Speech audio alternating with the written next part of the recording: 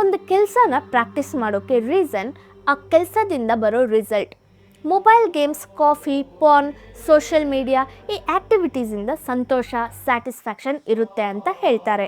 ಎಷ್ಟು ಬೇಡ ಅಂದ್ಕೊಂಡ್ರು ಇವೆರಡು ಮುಖ್ಯನೇ ಅಲ್ವಾ? ಆದರೆ ಇವುಗಳನ್ನ ಪಡ್ಕೊಳ್ಳೋಕ್ಕೆ ಬೇರೆ ಎಷ್ಟೋ ದಾರಿಗಳಿವೆ. ನಮಗೆ ತಿಳಿದೇ ಇರೋ ನಮ್ಮಲ್ಲಿನ ಒಂದು ಫ್ಯಾಸಿನೇಟಿಂಗ್ ಕ್ವಾಲಿಟಿನ ಅರ್ಥ ಮಾಡಿಕೊಂಡ್ರೆ ಅದೇ ಸಂತೋಷ ಆ್ಯಂಡ್ ತೃಪ್ತಿನ ಬೇರೆ ಕೆಲಸದಲ್ಲಿ ಸಹ ಪಡ್ಕೊಳ್ಬೋದು. ಇಂದ್ರಿಯಾಣಿ ಪರನ್ಯಾಹುರ್ ಇಂದ್ರಿಯೇಭ್ಯ ಪರಂ ಮನ ಮನಸಾಸ್ತು ಪರ ಬುದ್ಧಿ ಯೋ ಬುದ್ಧಿ ಪರತಾಸ್ತು ಸಹ. ನಮ್ಮ ಕಂಪ್ಲೀಟ್ ಎಕ್ಸಿಸ್ಟೆನ್ಸ್ಗೆ ಒಂದು ಹೈರಾರ್ಕಿ ಇದೆ, ಅಂದರೆ ಶ್ರೇಣಿ ಇಲ್ಲ ವ್ಯವಸ್ಥೆ. ಫಿಸಿಕಲ್ ಬಾಡಿನ ನಮ್ಮ 5 ಸೆನ್ಸಸ್ ಕಂಟ್ರೋಲ್ ಮಾಡುತ್ತೆ. ಅವುಗಳನ್ನ ಕಂಟ್ರೋಲ್ ಮಾಡೋದು ನಮ್ಮ ಮೈಂಡ್. ಆ ಮೈಂಡ್ನ ಇಂಟೆಲೆಕ್ಟ್ ಅಂದರೆ ಬುದ್ಧಿ ಕಂಟ್ರೋಲ್ ಮಾಡುತ್ತೆ. ಕೊನೆಯದಾಗಿ ಬುದ್ಧಿನ ನಮ್ಮ ಆತ್ಮ ಕಂಟ್ರೋಲ್ ಮಾಡುತ್ತೆ. ಸೊ ಈ ವ್ಯವಸ್ಥೆಯಲ್ಲಿ ಹೈಯರ್ ಚಾಯ್ಸ್ಗೆ ಆನಂದ ಉಂಟಾದರೆ ಅದರ ಕೆಳಗೆ ಇರೋ ಲೋವರ್ ಚಾಯ್ಸ್ಗೆ ಆಟೋಮೆಟಿಕ್ಕಾಗಿ ಆನಂದ ಸಿಗುತ್ತೆ. ಮೊದಲು ಹೇಳಿದಂಥ ಸೆನ್ಸ್ ಆಬ್ಜೆಕ್ಟ್ಸಿಂದ ನಿಮ್ಮ ಸೆನ್ಸಸ್ಗೆ ಸ್ಯಾಟಿಸ್ಫ್ಯಾಕ್ಷನ್ ಸಿಕ್ತು. ಆದರೆ ನಿಮ್ಮ ಮೈಂಡ್, ಇಂಟೆಲೆಕ್ಟ್ ಇಲ್ಲ ಸೌಲ್ ಇದರಲ್ಲಿ ಯಾವುದಕ್ಕಾದರೂ ಸ್ಯಾಟಿಸ್ಫ್ಯಾಕ್ಷನ್ ಸಿಗೋ ಹಾಗೆ ಮಾಡಿದ್ರೆ ಸಾಕು, ನಿಮ್ಮ ಸೆನ್ಸಸ್ಗೆ ಸಹ ರಿಲೀಫ್ ಸಿಗುತ್ತೆ. ಅದಕ್ಕೆ ನಮ್ಮ ಗುರಿಗೆ ಅಡ್ಡ ಬರೋದು ಯಾರೋ ಸೃಷ್ಟಿಸಿದ ಅಬ್ಸ್ಟ್ಯಾಕಲ್ಸ್ ಅಲ್ಲ, ನಮಗೆ ನಾವು ಏರ್ಪಡಿಸಿಕೊಂಡಿರೋ ಚಿಕ್ಕ ಚಿಕ್ಕ ಗುರಿಗಳು ಅಂತಾರೆ.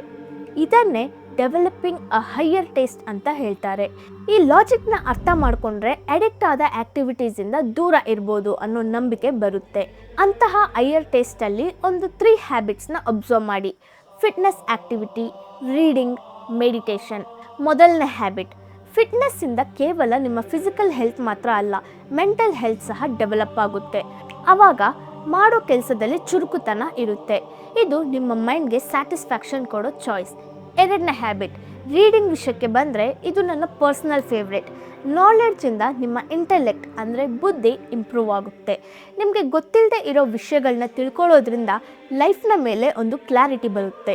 ಒಂದು ಸಿಂಪಲ್ ಸ್ಟೋರಿ ಸಹ ನಿಮ್ಮನ್ನ ತುಂಬ ಮೋಟಿವೇಟ್ ಮಾಡೋದ್ರ ಜೊತೆಗೆ ನಿಮ್ಮ ಲೈಫ್ ಸ್ಟೈಲ್ನ ಚೇಂಜ್ ಮಾಡ್ಕೊಳ್ಳೋಕ್ಕೆ ಮುಂದಿನ ಹೆಜ್ಜೆ ಹಾಕೋ ಹಾಗೆ ಮಾಡುತ್ತೆ.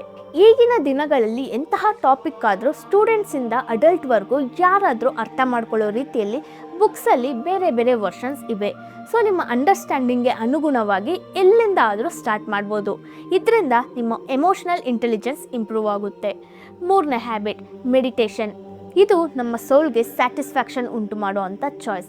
ಮೆಡಿಟೇಷನ್ನಿಂದ ನಮ್ಮಲ್ಲಿರೋ ಡಿವೈನಿಟಿನ ಗುರುತಿಸ್ತೀವಿ ಅಂತಾರೆ.